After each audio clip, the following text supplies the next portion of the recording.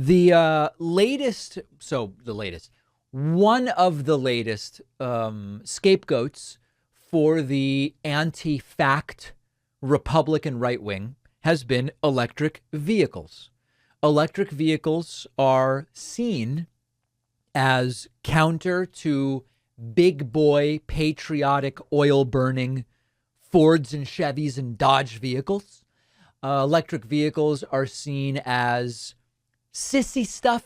In fact, I've actually told stories of so often it will happen that when I show up at a parking lot and park my electric vehicle for two reasons. One, I tend to park as far from wherever I'm going as possible in the parking lot, just to walk as much as possible. So even if there's a spot right up front, I'll park at the back of the lot just to get more exercise. Please, folks.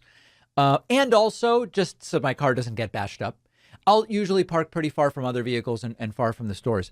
Very often I will come out and find a domestic pickup truck lifted with a vile exhaust parked right next to my car, even though I'm near nobody.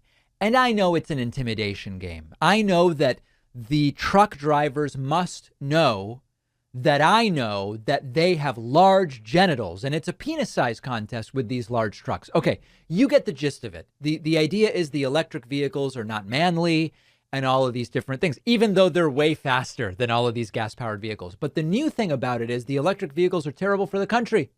We don't have enough electricity for them. And what about the batteries? And what about the oil companies? And what about the car dealers? Even though now every brand is selling vehicles and they're selling them at their dealerships. It's not just buy online Tesla type vehicles. So now Marjorie Taylor Greene is escalating her attack on electric vehicles. And she's doing so, you may or may not be shocked to hear this, based on claims that are completely invalid. Let's take a listen and then discuss. New Deal.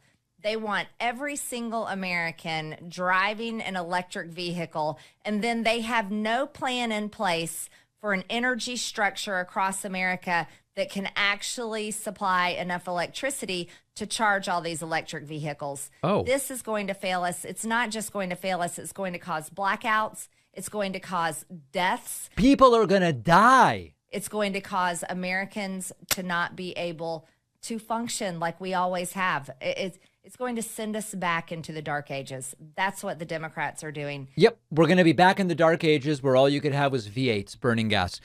Everything she's saying is untrue. Everything she's saying is completely not based in fact, not based in reality whatsoever. The truth is the electrical system that's putting people at risk of death is the Texas electrical system that is by choice isolated from surrounding grids. That is the electrical system that risks people dying. So here's the way that they like to play this up.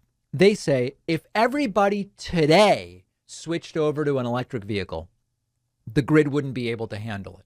And to some degree, that's true. But everybody can't switch over today to electric vehicles. Most electric vehicles have months, if not years, of wait times. There's waiting lists. Rivian has a multi-year waiting list, last I checked about 6 months ago. And so there is actually a plan for the grid to be able to support more electric vehicles. And the idea is that over time, as more electric vehicles are purchased, remember, supply and demand, the free market, circumstances will react to increased demand. It will become more advantageous to put solar panels on your roof the way that I have in order to fuel the grid.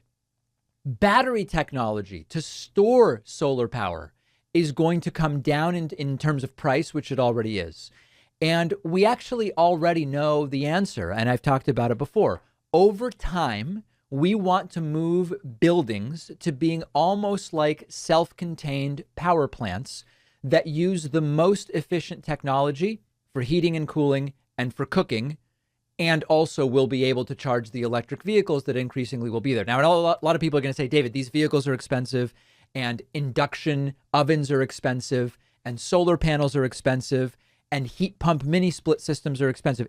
It's all expensive, but there is a plan in place, which is over time with incentives, you get off of burning fossil fuels to power all of this different stuff. And the building, you put solar panels on top, and then you switch over to efficient heat pump heating and cooling systems, and you get off of gas for cooking, and you've got low energy consumption induction cooktops with convection ovens, and then you've got a vehicle charger and the electric vehicle, and we're in really good shape. Now, I'm minimizing the scope of that change in the United States, but the point here is, over time, as the demand for the electric vehicles increases, all of these other things are going to happen. There's also a very interesting statistic, which is if 80% of all passenger vehicles became electric, right, 4 out of 5, you would only see a 10 to 15% increase in electricity consumption.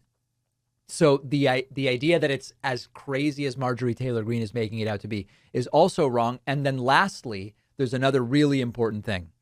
Electric vehicles on a per mile basis are way more efficient than internal combustion engines. So over time, if the move is from internal combustion engines to electric vehicles, the demand for electricity will go up. Yes, but we have clean ways of generating that electricity. But the total energy used by passenger vehicles will go down because the electric vehicles are so much more efficient. So this is all fear mongering. It's fear mongering based on the false notion that electric vehicles are some kind of sissy, woke, green agenda meant to whatever. It's just logical. If you care about fast cars, electric vehicles are very, very fast.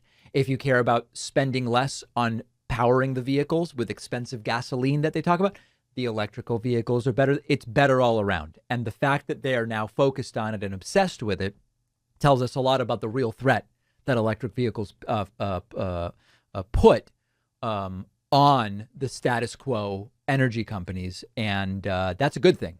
It's actually a very good thing.